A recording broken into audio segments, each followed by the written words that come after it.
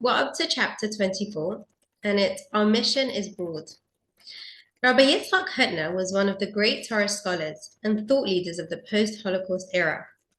A student once wrote to him, expressing discomfort that since leaving yeshiva and entering the working world, he had begun leading a double life, part religious and part secular, that his identity felt conflicted and disjointed.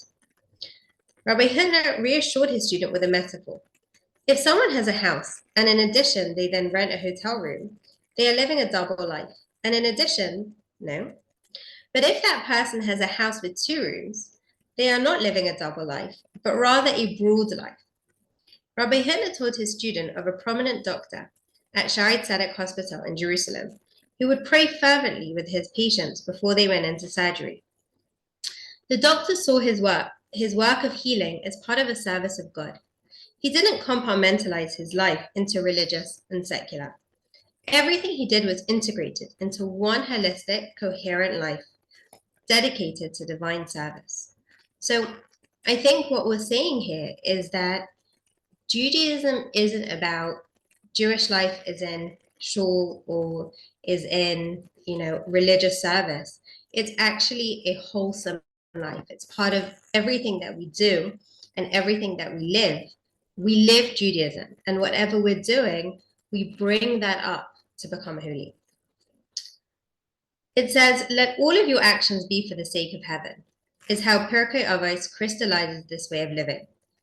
This is not only an abstract philosophical idea, it gives us a practical guidance for life, which is so real that an entire chapter in Shulchan Aruch gives concrete example of what this means. So there's an entire chapter that talks about actually the way of life, daily living, what we do in our day.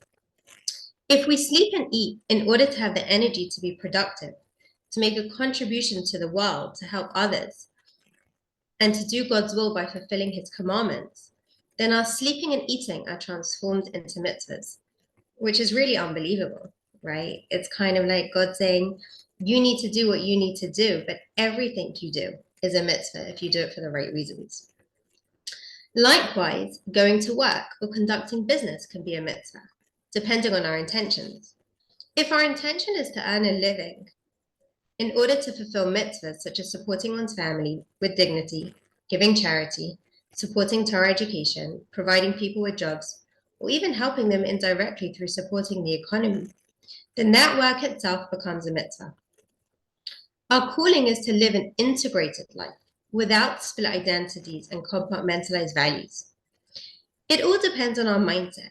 If we view our lives holistically, we'll realize that everything we do can be part of our divine mission, even those things that are not formal mitzvahs, which is in a way so inspiring and exciting because it means that everything we do brings us closer to God. Everything we do is a mitzvah. Everything we do is holy, which is really the beauty of Judaism, right? Other religions say, well, to be holy, you need to kind of abstain, right? Abstain from physical pleasures in life. And to be holy, you need to sit on a mountain and not do anything, not engage in the physical world. In Judaism, we say it's actually the complete opposite. The engagement in the physical world, the being in the physical world and uplifting it to spirituality, that is the goal.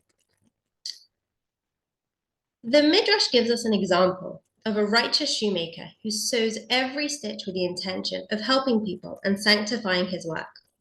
It is for this reason that certain rabbis of the Talmud were identified by their trade. Rabbi Yochanan the shoemaker, for example, or Rabbi Yitzchak the blacksmith. Their work was part of their mission. Every aspect of our lives can be meaningful. If we dedicate ourselves to a higher purpose, every minute of our lives is a mitzvah.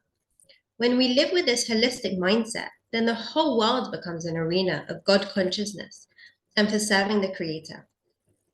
Central to this worldview is that all of existence is one unified whole. Everything is connected to one God who created it all, a fact we remind ourselves of and celebrate on Shabbat. And I just want to add in here for the women here, because I guess I am a woman after all, and for the men, sometimes we do things as part of life and it can kind of become really tedious, right? Like looking after the kids or going to work every day. And it can become really difficult. And kind of like we have to schlep ourselves out and schlep ourselves to do things, and we become unmotivated. And it kind of just feels like we're living this rat race, kind of the grind of life. But this, that every single thing we're doing when we have the right intentions is bringing us closer to God, is a mitzvah, it's part of this whole picture, right, of bringing God into the world. Then actually things that seem so mundane and so boring can become exciting again, right? Like I know someone who had, and men, I guess you can relate to this as well, above the changing table where they change their babies, they had written, I am changing God's child. Every nappy I change is a mitzvah. And they had that up on the wall by the nappy changing. And okay, you know, we don't have to think of that every single time we change a nappy or we go to work or whatever we do, but having this world view that every single thing we do is part of God's picture and part of God's world, and that can actually motivate us and excite us when things feel mundane, when things feel like we're just grinding along. Um, so it's an incredible idea. As a total immersive experience, Shabbat teaches us that everything we do has mitzvah potential. On Shabbat, all our seemingly mundane activities, eating, sleeping, wearing fine clothes, drinking wine, singing, walking, become mitzvahs. The day clothes everything we do with sanctity and purpose. The Talmud says that even the way we walk and talk should reflect the holiness of the day. These ideas of the broadness of our mission are expressed in how the Torah unexpectedly frames our weekday work as a divine value, and even seems to equate it with keeping Shabbat. 6 days you shall work, and the seventh day is Shabbat. The message is clear. Our seemingly mundane weekday work can be holy too. And again, this is the idea that we're always working towards holiness, right? We're never just doing what we're doing at the moment with no goals around it, with no future, can't think of another word, goals. Everything we do has a purpose. Everything we do has meaning. And again, this can be so uplifting because life can be hard.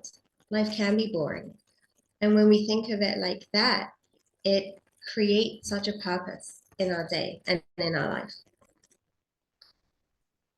It goes further. We know that on Shabbat, we refrain from the 39 categories of creative acts used to construct the sanctuary. So this is the 39 constructive actions that we do, or that they did in those times to create the tabernacle, the Mishkan. I don't know if everyone's familiar with the Mishkan. It was kind of like a mini temple that they built in the desert. It was kind of nearly a replica of the temple when they came into Israel.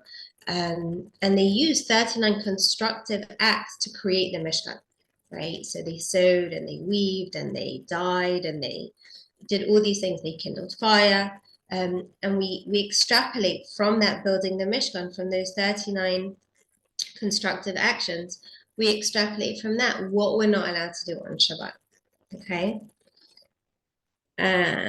So when the Torah juxtaposes 6 days you shall work, okay, sorry. So when the Torah juxtaposes 6 days you shall work and you shall not work on the seventh day, it refers to the work that built the holy sanctuary. By equating our weekday work with the building of the sanctuary and with God's own creation of the universe, the Torah implies that even seemingly mundane activities have divine purpose. We create our world by transforming it by transforming and godliness. This is the message of Shabbat and its definition of work, as it teaches us how broad our mission is and how we can transform the world into a sanctuary of meaning. So a really, really beautiful idea. And kind of how he's related it to Shabbat is that the entire 25 hours of Shabbat is a mitzvah, right? But in those 25 hours, we're not just learning Torah, we're not just doing mitzvahs, we're doing lots of mundane things as well. We're eating, we're sleeping, we're walking, we're talking, we're playing games with our kids. They're all very mundane things, right? but actually every single thing you do on Shabbat is holy because it's Shabbat, right? And if you notice, we elevate things, right? So the wine, we make Kiddush on, we elevate it. The challah, we say a bracha on, we elevate it. We have a gorgeous table. We dress in Shabbat clothes. Everything that's materialistic, we elevate and it becomes holy. And this is really the idea that needs to expand to the rest of the week. That everything we do, if our intentions are correct, if our intention is to bring God into the world, to help people, to elevate the world, to bring the light into the world, then that mundane action is actually incredibly holy and incredibly special to God. And if we can live like that, then that's exciting, right? That's purposeful, that's meaningful. And that's what all of us human beings yearn for. We yearn for meaning, we yearn for purpose. And that's that. Over to you. Thank you, Robert and Fisher. Okay, so like usual weeks, what we're going to do is we're going to do the Misha Beirach for sick people, then we're going to do some Tehillim and Achenu. So just to say that this week I don't have the official names of people that are unwell. So when I get to the bit about Hacholim, I'll pause and then you feel free to come off mute and say the name of any sick person that you'd like to have a refuah. Okay, and I'm going to share my other screen. You might need to like pinch to zoom or something in order that you will be able to see the words the whole time. Oh, and I will stop the recording. Okay.